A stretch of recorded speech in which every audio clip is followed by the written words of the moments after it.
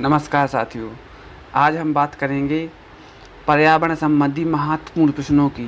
ठीक है, जो अधिकांशतः परीक्षा में पूछे जाते हैं।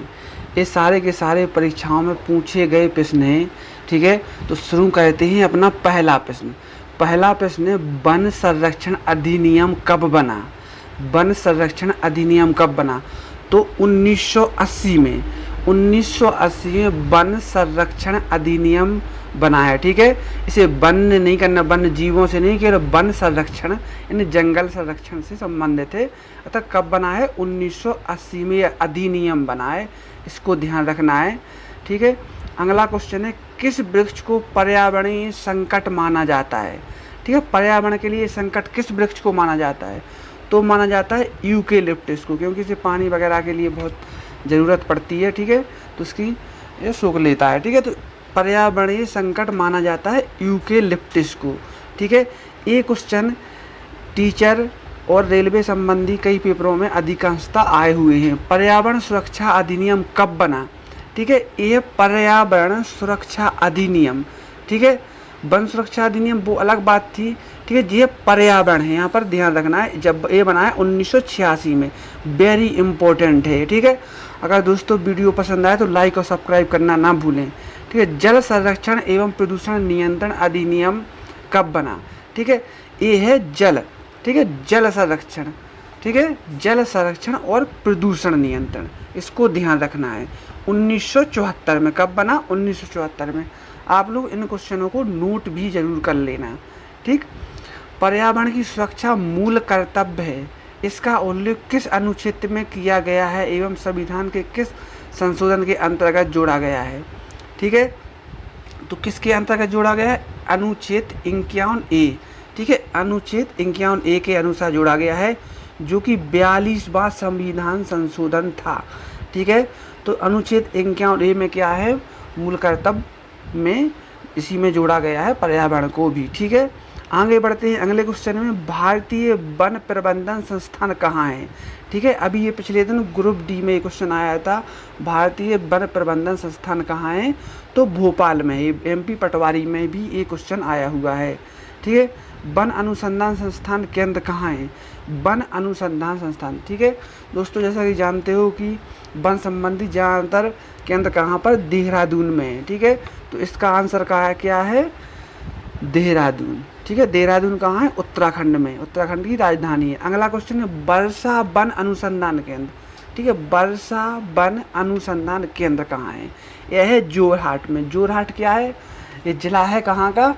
असम का। ठीक है, जहाँ काजीरंगा राष्ट्रीय उद्यान भी है। ठीक है, आगे बढ़ते हैं, वन अनुवांशिकी एवं वृक्ष प्रजनन संस्थान कहाँ पर है? वन अनुवांशिकी, ठीक है, फॉरेस्ट जेनेटिक्स एवं वृक्ष प्रजनन संस्थान कहाँ पर है? कोयम्बटूर में, जो कि तमिलनाडु में है, कोयम्बटूर में है। ठीक है, आगे बढ़ते हैं, वन उत्पादकता केंद्र कहाँ है? ठीक है, वन उत्पादकता केंद्र। ठीक है, सारे के सारे क्वेश्चन मिलते जुलते हैं, इसलिए कंफ्यूज नहीं होना, उनको बार बार, ठीक है, देखना और नोट भी कर लेना। रांची, इसका आंसर कहाँ है? रांची। ठीक है ना, नोट जरूर कर लेना इन क्वेश्चनों को, नहीं तो ये जल्दी ही भूल जाते हैं। ठीक है, अगला क्वेश्चन है, भारत की प्रथम वन नीति का निर्माण हुआ था। ठीक है, भारत की प्रथम वन नीति 1894 में। ठीक है, कहीं कहीं 1954 मिलेगा लिखा, तो उसका मतलब होगा वो आज़ादी के बाद वाला। ठीक है ना, लेकिन ये सबसे पहली नीति कब बनी थी? प्रथम वन नीति 1894 में। ठीक है, गिद्ध संरक्षण परियोजना कब से प्रारंभ की गई? ठीक है, गिद्ध संरक्षण परियोजना कब से प्रारंभ हुई? 2006 से। कब से? 2006 से। गेंडा संरक्षण परियोजना, ठीक है, गेंडा हाथी होता है जो, ठीक है, उसके संरक्षण के लिए जो योजना बनाई गई थी वो 1987 में बनाई गई थी। ठीक, अगले क्वेश्चन की ओर बढ़ते हैं, कछुआ संरक्षण परियोजना कब शुरू हुई? ठीक है, कछुआ संरक्षण परियोजना, कछुआ को बचाने के लिए, तो ये 1975 में हुई थी। ठीक है, 1975 में, इंपॉर्टेंट है, ध्यान रखना। नेक्स्ट क्वेश्चन है, बाघ संरक्षण परियोजना कब शुरू हुई? तो इसका आंसर है 1973 है। ठीक है, 1973 है इसका सही आंसर। ठीक है, टाइगर प्रोजेक्ट के नाम से इसी को जाना जाता है। अगर कहीं गिर सिंह परियोजना आए तो 1972 होगा, मतलब सिंह परियोजना है 1972 और बाघ संरक्षण ये टाइगर प्रोजेक्ट 1973। अगले क्वेश्चन में बढ़ते हैं। केंद्रीय मरु क्षेत्र अनुसंधान संस्थान स्थित है, कहाँ पर है? तो यह जोधपुर जयपुर में है, जोधपुर में है। ठीक है, मरु यानी मरुस्थल वाली भूमि से संबंधित है ये क्वेश्चन। और मरुस्थल इंडिया में सबसे ज़्यादा कहाँ पे? राजस्थान में। मॉन्ट्रियल प्रोटोकॉल संबंधित है। ठीक है, तो सबसे इसको ध्यान क्या रखना है, मॉन्ट्रियल प्रोटोकॉल कब हुआ था, ऐसा भी क्वेश्चन आता है। तो 1987 इसका आंसर है। और किससे संबंधित है? ओजोन परत के संरक्षण है। जैसा कि हम जानते हैं कि समताप मंडल में ओजोन परत पाई जाती है जो हमें पराबैंगनी किरणों से सुरक्षा प्रदान करती है। ठीक है, और इसका एक होल भी हो गया है अंटार्कटिका महाद्वीप पर। ठीक है, उसको भी ध्यान देना है। ठीक है, तो ओजोन परत का संरक्षण के लिए मॉन्ट्रियल प्रोटोकॉल प्रसिद्ध है। अगला क्वेश्चन है, वियना समझौता कब हुआ? तो वियना समझौता 1985 में हुआ था। ठीक है, और यह भी ओजोन परत से संबंधित ही है। ठीक है, ओजोन का फॉर्मूला होता है O3 और इकाई होती है डॉप्सन। पृथ्वी शिखर सम्मेलन कब आयोजित हुआ? तो पृथ्वी शिखर सम्मेलन हुआ था 1992 में। अगला क्वेश्चन है, पृथ्वी शिखर सम्मेलन किस राज्य में आयोजित किया गया है? तो यह किया गया रियो डी जेनेरियो में, यह ब्राज़ील में है। ठीक है, वीडियो पसंद आए तो सब्सक्राइब और लाइक करना ना भूलें। क्योटो प्रोटोकॉल संधि किस वर्ष से लागू की गई? ठीक है, 2005 से गई। क्योटो प्रोटोकॉल संधि हुई है जो वो 2005 से लागू की गई थी। ठीक है, 5 जून को विश्व पर्यावरण दिवस किस सम्मेलन में घोषित किया गया? ठीक है दोस्तों, ये तो हम जानते हैं कि 5 जून को पर्यावरण दिवस मनाया जाता है, लेकिन ये कब और किस सम्मेलन से स्टार्ट हुआ था? तो 1972 के स्टॉकहोम सम्मेलन से शुरू हुआ था। एक क्वेश्चन आया हुआ है, इसको ध्यान रखना, 1972 से। ठीक है, अगला क्वेश्चन है, टाइगर मैन ऑफ इंडिया किसे कहा जाता है? तो tiger man of India Kailash Sankhla ji को कहा जाता है। ठीक है, इन्होंने टाइगर संरक्षण के लिए काफ़ी काम किया था, इस वजह से कैलाश संखला को टाइगर मैन ऑफ इंडिया कहा जाता है। और बर्ड मैन ऑफ इंडिया, ठीक है, किसे कहा जाता है? तो bird man of India Salim Ali को कहा जाता है। ठीक है, सलीम अली के नाम से पक्षी अभ्यारण्य भी है जो कहाँ पर है? कश्मीर, जम्मू कश्मीर में है। भारत में हरित क्रांति के जनक कौन हैं? तो भारत में हरित क्रांति के जनक हैं डॉक्टर M.S. स्वामीनाथन। ठीक है, और विश्व के कौन हैं? वो लोग हैं। ठीक है, अगला क्वेश्चन है, भारत में पारिस्थितिकी के जनक कौन हैं? तो भारत के हैं कि, ठीक है, तो डॉक्टर रामदेव मिश्रा।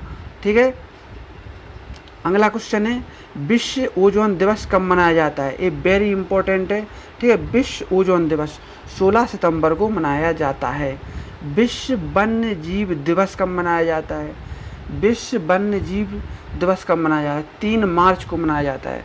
ठीक है साथियों, ये सारे पर्यावरण संबंधी प्रश्न हैं। ठीक है, जो कि MPTT, UPTT, CTET आदि के लिए वेरी इंपॉर्टेंट हैं। अन्य परीक्षाओं के लिए भी बहुत महत्वपूर्ण है, रेलवे जैसी परीक्षाओं के लिए, SSC के लिए। ठीक है, अगला क्वेश्चन है, पृथ्वी दिवस कब मनाया जाता है? पृथ्वी दिवस मनाया जाता है 22 अप्रैल को, और जल दिवस मनाया जाता है 22 मार्च को। ठीक है, ऐसे ध्यान रखना, विश्व जल दिवस, जो कि अगला क्वेश्चन भी है।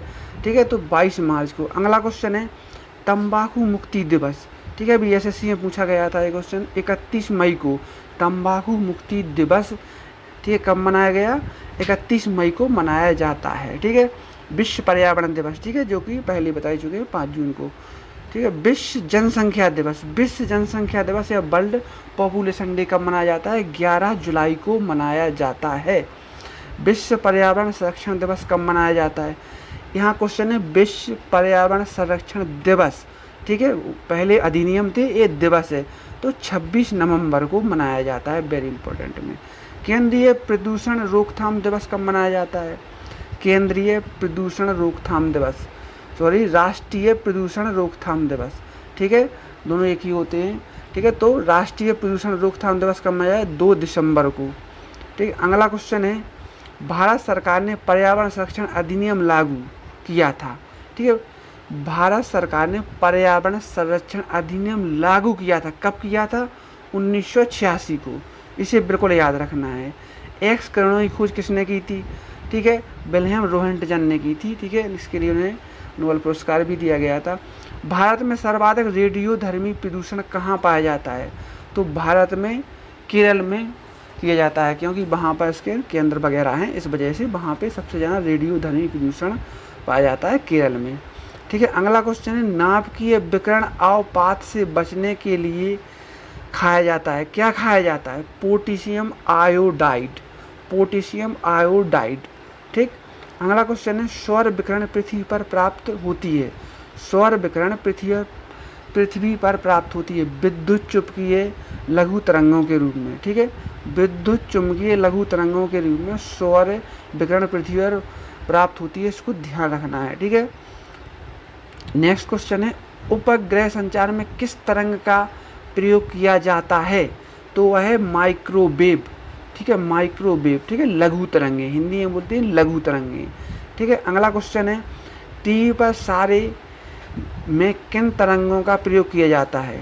ठीक है, तो रेडियो तरंगों का। टीवी पर जो काम करती हैं, कौन सी तरंगें काम करती हैं? रेडियो तरंगें काम करती हैं। अगला क्वेश्चन है, कोहरे के आर पार देखने के लिए कौन सी विकिरण सहायक है? ठीक है, किरण सहायक है, तो वह अवरक्त इंफ्रारेड, अवरक्त विकिरण होती हैं, वो कोहरे को आर पार देखा जा सकता है, इसलिए कोहरे को आर पार देखने के लिए अवरक्त विकिरणों का प्रयोग किया जाता है। भारतीय वन सर्वेक्षण का मुख्यालय कहाँ है? ठीक है, पहले ही बताया था कि वन संबंधी ज़्यादातर मुख्यालय कहाँ पर? देहरादून। तो इसका उत्तर भी क्या है? देहरादून। ठीक है, उत्तराखंड की राजधानी। भारत का पर्यावरण शिक्षा केंद्र, पर्यावरण शिक्षा केंद्र ये है अहमदाबाद में। ठीक, पर्यावरण का रक्षा कवच। ठीक है, इस क्वेश्चन को आप लोग जानते हो, तो ओजोन परत को रक्षा कवच कहा जाता है इसका। अगला क्वेश्चन है, भविष्य का ईंधन किसे कहा जाता है? भविष्य का ईंधन कहा जाता है हाइड्रोजन गैस को। ठीक है, हाइड्रोजन गैस को कहा जाता है। ठीक, सबसे ज्यादा जैव विविधता कहाँ पाई जाती है? सबसे ज्यादा जैव विविधता कहाँ पाई जाती है? तो ट्रॉपिकल रेन फॉरेस्ट में पाई जाती है, ट्रॉपिकल रेन फॉरेस्ट में सबसे ज़्यादा। ठीक है, जैव विविधता पाई जाती है। ग्रीन हाउस प्रभाव का परिणाम क्या होगा? ठीक है, ग्रीन हाउस प्रभाव में हम जैसे ही जानते हैं कि इसमें सूर्य से आने वाली किरणें पृथ्वी से वापस नहीं जा पाती हैं और गर्मी बढ़ाती हैं, जिस वजह से ग्लेशियर पिघलने लगते हैं। तो ग्लेशियर पिघलने लगे हैं इसके ग्रीन हाउस प्रभाव के कारण, क्योंकि इसमें CO2 क्या करती है? सूर्य से आने वाली किरणों को अब्जॉर्ब कर लेती है अपने अंदर। सामान्य बातचीत करने में ध्वनि तीव्रता होती है, तो एक सामान्य तीव्रता मानी गई है 60 डेसीबल, 60 डेसीबल। ठीक है, समुद्र की गहराई मापने, सिग्नल देने, छुपी वस्तुओं का पता लगाने में किस ध्वनि तरंगों का प्रयोग किया जाता है? तो इसमें ध्यान देना है पराश्रव्य तरंगें। ठीक है, पराश्रव्य तरंगें होती हैं 20,000 हर्ट्ज से ऊपर की, 20,000 हर्ट्ज से ऊपर की तरंगें पराश्रव्य तरंगें होती हैं। ठीक है, ठीक है, तो दोस्तों ये कुछ महत्वपूर्ण 50 क्वेश्चन थे, ठीक है ना, जो कि अक्सर परीक्षाओं में आते हैं। ठीक है, अगर दोस्तों वीडियो पसंद आए तो लाइक और सब्सक्राइब करना ना भूलें। Thank you.